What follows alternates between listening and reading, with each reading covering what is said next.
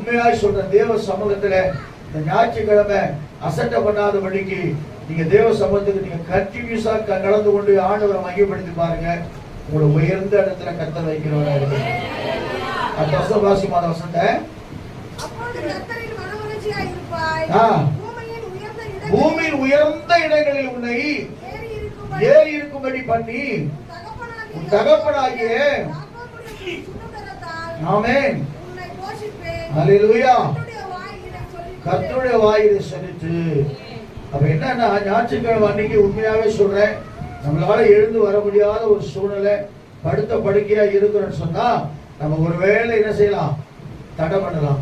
ஆனா ஆண்டவர் நல்ல ஜீவனை கொடுத்து கிருபையை கொடுத்துறான்னு சொன்னேன். ராபோஜனத்துல எடுக்கிறேன்னா 4 வாரமும் ஒழுங்கா 3 வாரமும் ஒழுங்கா வாங்கன்னு சொல்றோம்.